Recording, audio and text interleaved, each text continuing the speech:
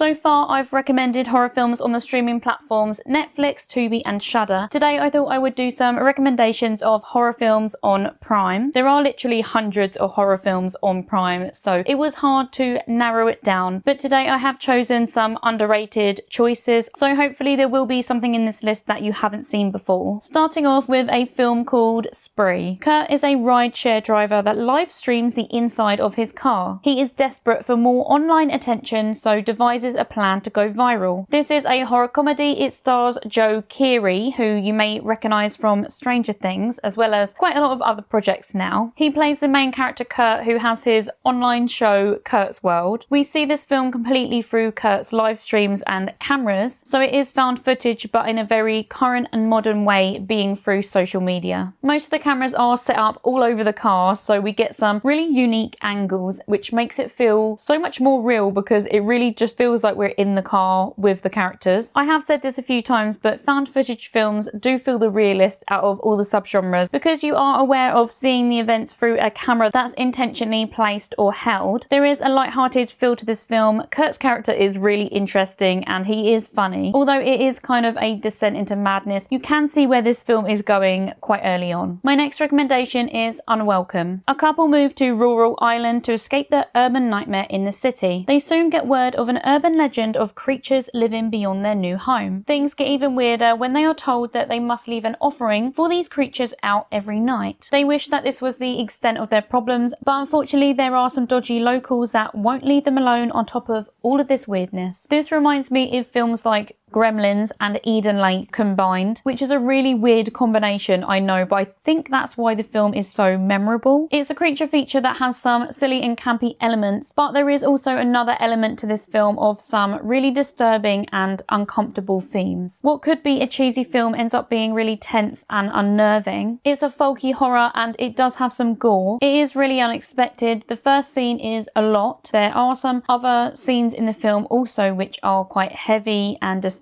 For me personally, it is about as disturbing as Eden Lake. But the thing is, I went into this one not thinking it was going to be like that at all. I thought it would be a silly little creature feature, and it definitely was a lot more than that. I saw it at the cinema and I didn't have that high expectations, but I think I just didn't really know what to expect going in. But it did exceed my expectations. I did really enjoy it in the end. It is just a film that really takes it there. Next is a film called Willow Creek. A couple, Jim and Kelly, set off on an expedition to investigate and try to uncover the legend that is Bigfoot. They travelled to Willow Creek to camp out in an area that a Sasquatch was supposedly spotted and filmed. I am aware that the premise of this film sounds a little bit silly, but it is a really good found footage horror film. I would say it is quite underrated and does have some genuinely terrifying moments. If you're a fan of the Blair Witch Project, then I do think you would probably enjoy this film as it has some similar elements, especially with them out looking for this urban legend. This one is also set in the wilderness, which I just feel like amps up the horror elements, especially at night. I would say though, this one is probably best for found footage fans. If you aren't a massive fan of found footage, then you may not be that interested in this film, but if you do love the subgenre, then I definitely would say this is worth checking out. My next recommendation is Campfire Tales. This is an anthology film from the 90s. We follow a group of teens who end up being stranded on a motorway. They tell urban legend scary stories and we see each of these play out. This was a recent watch for me, and although I didn't go in with the highest expectations, I did end up really enjoying it. It's not too long and it is just a lot of fun. All of the short stories were quite decent. Of course, there were some that were a lot better than others, but I feel like that's the case with every anthology film. But as there are quite a few stories in this film, hopefully you'll find at least one that you really like. This is the kind of thing that is perfect to throw on in an evening where you don't want to use too much brain power, but still want to watch something fun and spooky. Next on my list is a film called Open 24 Hours. A woman starts a new job working in a gas station and she has to take the night shift. This job isn't ideal, but it is the best that she can get at the moment, seeing as she has just come out of the mental hospital. Unfortunately, her shift doesn't go as planned. In this film, we do follow quite a serious topic, but it is done in a way that is light-hearted and entertaining, while still being quite dry, but in the best way possible. When looking back at my Letterboxd review from when I first watched this film, I said that it is a slasher with a bit of pizzazz, and that definitely is what it is. I did go in blind and I do think that really enhanced my experience, so I would say do the same. Obviously, I'm not going to give anything away in this video. There is a lot of gore and a decent kill count, which definitely added to my entertainment value. I did really like the characters as well, especially the main character. I was quickly invested. My next recommendation is a film called Afflicted. Two best friends travel to Paris, but the trip takes a dark turn when one of them falls ill. They are unsure of what's wrong, but they must quickly make an attempt to cure this mysterious illness. This is another found footage film. It does have a really unique concept. It's one that can be easily spoiled, so I definitely would say go in knowing as little as possible. This one is great if you like body horror and gore. It's really well written and well acted. The performances are definitely one of the highlights of this film, as well as the gore. The little bit slow in areas, and for me personally the pacing is slightly off, but it is still enjoyable if you like found footage. My next recommendation is Slumber Party Massacre from 2021. This is a remake slash sequel of the 1982 film of the same name. It is a slasher film. We follow a group of sorority girls who fight for their lives against a crazed killer who wields a large electric drill. I have seen split reviews for this film, but personally I really enjoyed it and thought it was a really good reimagining. I love that this whole franchise is directed by women, and all the films kind of reverse the roles we usually see a lot in horror films, especially in older horror films like shots through the male gaze. In this film we see shots that will be intentionally through a woman's gaze. This is done in a satirical way. These films also have some feminist themes alongside lots of other things to add to the fact that this is kind of a parody of the slasher genre, whilst also being a slasher film itself. It's very aware of itself. It is a gory film, which is always a bonus for me. Just a bit of fun, and I would say definitely worth the watch. My next recommendation is a film called Cube. In a dystopian nightmare, a group of strangers find themselves waking up inside a massive cube that is filled with lots of smaller cube rooms. They have to work out the route to escape, but some of the rooms have traps, so one wrong move could mean losing everything. This film is very claustrophobic. It feels very trapped because the rooms aren't that big inside the cube. It's really interesting seeing all the characters interact because they are strangers. This reminds me a lot of the group of strangers in the house in Saw 2. I wouldn't be surprised if Saw 2 took a little bit of inspiration from this film. If you like escape room films or films where people have to work out puzzles and go through a series of events to try to escape somewhere, then I think you will really like the Cube franchise. I would say this is the best one. They're kind of a guilty pleasure comfort watch for me. I definitely would love to see a reboot of this franchise because it is just so much fun. The possibilities are endless with the traps and mysteries of each room. I just think it would be really fun to watch at the cinema. We have had some similar films like the escape room films that have come out in the last decade, which do have a similar vibe, but with Cube it's a lot simpler because the rooms are basically empty. Overall, this has some really creative kills and gore. It definitely has that late 90s coming into the 2000s charm. I can't believe I forgot to put these lights on before I started filming. I don't think it really makes that much difference because it's already bright in here anyway with my light and you can barely see them with how I'm sitting, but I just feel like they add a little bit of extra something. The next film on this list is a film called Splinter. A couple are on a road trip until they get stopped and hijacked by a couple of criminals. They drive to the nearest gas station not knowing that it has been struck with a deadly parasite looking for human hosts. This is a really cool body horror creature feature from the 2000s. It is mainly all single location, being at the gas station. This is a great setting for this film, but it is quite funny because I feel like there's probably not a lot of films set at gas stations, but there ended up being 2 films set at gas stations on this list. Splinter has some really cool practical effects that I really appreciate. I grew up watching this film, so there's definitely some nostalgia in there for me. It's not perfect by any means, but I definitely don't see enough people talk about this film. My last recommendation is a film that came out last year, and that is Immaculate. In Immaculate, we follow a young American nun who joins a new remote convent in the Italian countryside. When she arrives, it's not long before she realizes that something isn't quite right, and she ends up going through some really stressful situations. This was actually one of my favorite films that came out of last year. I'm not usually into religious horror films in this setting, but I really loved this one alongside another one that came out last year called The First Omen, which does have a similar story, but I did prefer this one, although they are both incredible. Sydney Sweeney's performance definitely made this film what it was. To see what she goes through and to go on this horrific journey with her was just crazy. It went places that I definitely definitely didn't expect, but I did actually really appreciate it because it made this film stand out and it made it a film that I definitely won't forget. It does have some quite disturbing elements, especially towards the end, but saying that, there is a lot of gore and disturbing imagery throughout this film. Another big thing for me was how this film looked. I absolutely love how it was shot and the costume designs and set design. Immaculate is a really tense film that had me on the edge of my seat and very stressed out throughout the whole thing. And there are my 10 recommendations for horror films on Prime. Hopefully there is at least one that you haven't seen on here, or maybe one that you haven't watched in a while that you can revisit. If you have any favourite underrated horror films on Prime, then please do let me know in the comments, and I will see you again in another one soon.